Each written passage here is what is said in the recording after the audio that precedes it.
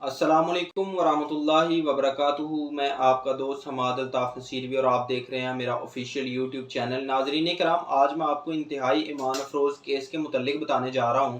آج میں آپ کو بتاؤں گا کہ غازی علم الدین شہید رحمۃ اللہ علیہ کا کیس کس شخصیت نے لڑا تھا اور کیا آپ نے عدالت میں کوئی رحم کی اپیل کی تھی۔ تو ویڈیو کو پورا اینڈ تک دیکھیے گا۔ ناظرین کرام، لاہور کے ایک کتاب چھاپنے والے جس کا نام راج پال تھا، اس نے ایک کتاب شائع کی، رنگیلا رسول۔ جب یہ کتاب منظر عام پر آئی تو مسلمانوں میں ایک غم و غصے کی لہر دوڑ گئی اور مسلمان سراپا احتجاج کرنے لگے، جس پر انگریز حکومت نے وقتی کارروائی کرتے ہوئے راج پال کو انگریز عدالت نے 6 ماہ کی قید سنا دی۔ اس پر مسلمانوں نے مطالبہ یہ بھی کیا کہ اس کتاب کو مکمل طور پر بند کیا جائے، جس پر انگریز حکومت نے اس مطالبے کو رد کر دیا۔ ناظرین کرام، راج پال نے اپنی سزا کے خلاف ہائی کورٹ میں ایک اپیل کی، جس پر جسٹس دلیپ سنگھ مسیح نے اس کو رہا کر دیا اور مسلم دشمنی کو برقرار رکھتے ہوئے اس کے ساتھ حفاظت پر 2 ہیڈ کانسٹیبل اور ایک انسپکٹر کو مامور کر دیا۔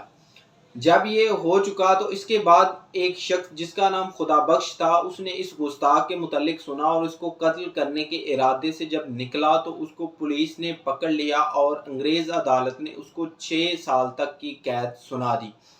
اس کے بعد ایک اور شخص عبدالعزیز افغانستان سے اس گستاخ کے متعلق سن کر نکلا اور اس کو واصل جہنم کرنے کے ارادے سے نکلا۔ جب اس کی دکان پر پہنچا تو راجپال دکان پر موجود نہ تھا، اس کا دوست ستیانند وہاں پر موجود تھا اور عبدالعزیز نے اس کو نہ پا کر اس کو قتل کر دیا اور راجپال گستاخ پھر ایک دفعہ بچ گیا۔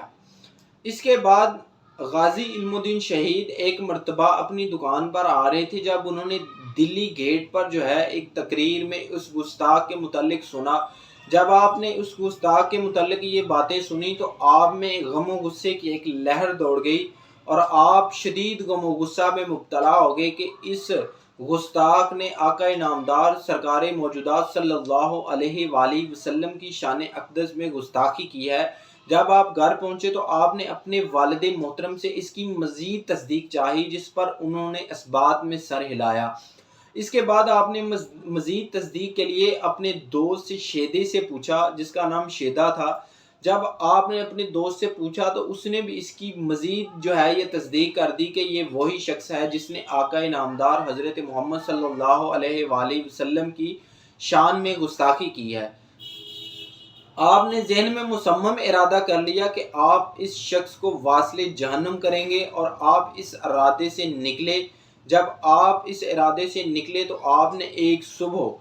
آپ نے اس کی دکان کا رخ کیا اور راجپال ابھی صبح اپنی دکان پر آ کر بیٹھا ہی تھا اور آپ نے موقع غنیمت جان کر چھری کے وار سے اس کو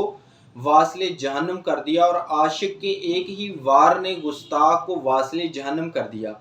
اس پر تھانہ انارکلی میں بازار کے ایک دکاندار نے اطلاع دی، جس پر غازی علم الدین شہید رحمۃ اللہ علیہ نے اپنی گرفتاری پیش کی۔ یہاں پر ایک نقطہ بڑا واضح ہے کہ اگر غازی علم الدین شہید رحمۃ اللہ علیہ فرار ہونا چاہتے تو ہو سکتے تھے، لیکن آپ نے گرفتاری پیش کر کے اس بات میں اپنا اعزاز جانا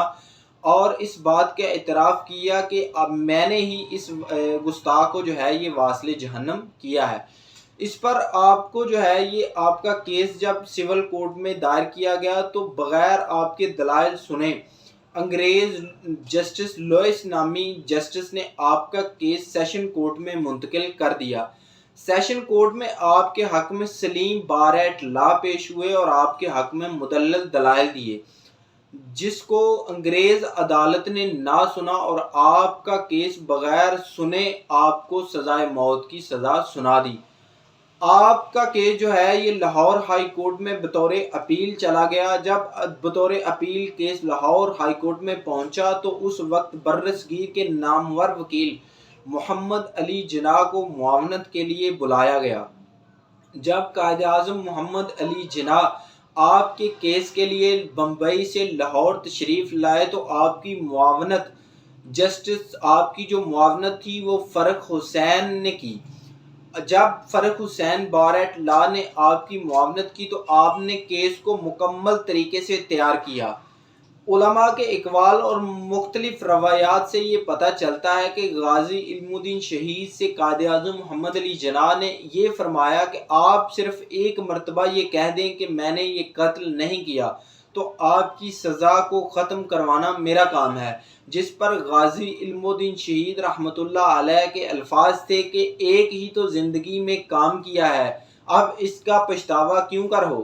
تو اس پر غازی علم الدین شہید رحمۃ اللہ علیہ نے یہ جواب دیا کہ وہ کبھی بھی اس سے انکار نہیں کریں گے، وہ ہمیشہ یہی کہیں گے کہ ہاں میں نے ہی اس گستاخ راجپال کو واصل جہنم کیا ہے، جس پر انگریز عدالت نے آپ کے دلائل سنے بغیر آپ کو سزائے موت کا حکم برقرار رکھا اور آپ کو 31 اکتوبر 1929 کو سزائے موت سنا دی گئی، جس پر مسلمانوں کی ایک بڑی تعداد نے احتجاج بھی کیا اور آپ کو میاں والی جیل میں مختلف ہستیاں اس دوران آپ کو ملنے آتی رہیں۔ جب آپ کو سزائے موت سنا دی گئی، انگریز حکومت نے عجلت سے کام لیتے ہوئے آپ کو سزائے موت کا حکم سنایا اور آپ کو پھانسی دے دی گئی، آپ کو شہید کر دیا گیا، تو اس پر آپ کی میت حوالگی کا مسئلہ آیا کہ آپ کی میت کس کے حوالے کی جائے۔ تو اس میں ایک وفد تشکیل دیا گیا مسلمانوں کی جانب سے، جس میں علامہ اقبال رحمہ اللہ نے اس وفد کی قیادت کی اور اس وفد نے یقین دہانی حکومت وقت کو کروائی کہ آپ کی تدفین جو ہے یہ بالکل پرامن طریقے سے کروا دی جائے گی۔ عاشق رسول جو ہے یہ اعزاز حاصل کر گیا اور گستاخ رسول کو اس پر واصل جہنم کر گیا۔ ناظرین کرام، لاہور کی آبادی اس وقت 5 لاکھ تھی، مگر غازی علم الدین شہید رحمۃ اللہ علیہ کا جو جنازہ تھا اس کی تعداد 6.5 لاکھ سے زائد تجاوز کر گئی۔ اس پر مختلف اخباروں نے تبصرہ کیا اور بتایا بھی یہ جاتا ہے کہ اس جو جنازے کا طول و عرض ہے وہ 6 میل تک یہ جنازے کا اربا پھیلا ہوا تھا، اور کیا کسی شاعر نے خوب کہا تھا کہ حسن یوسف پہ کٹی مصر میں انگشت زنا، سر کٹاتے ہیں تیرے نام پر مردان عرب۔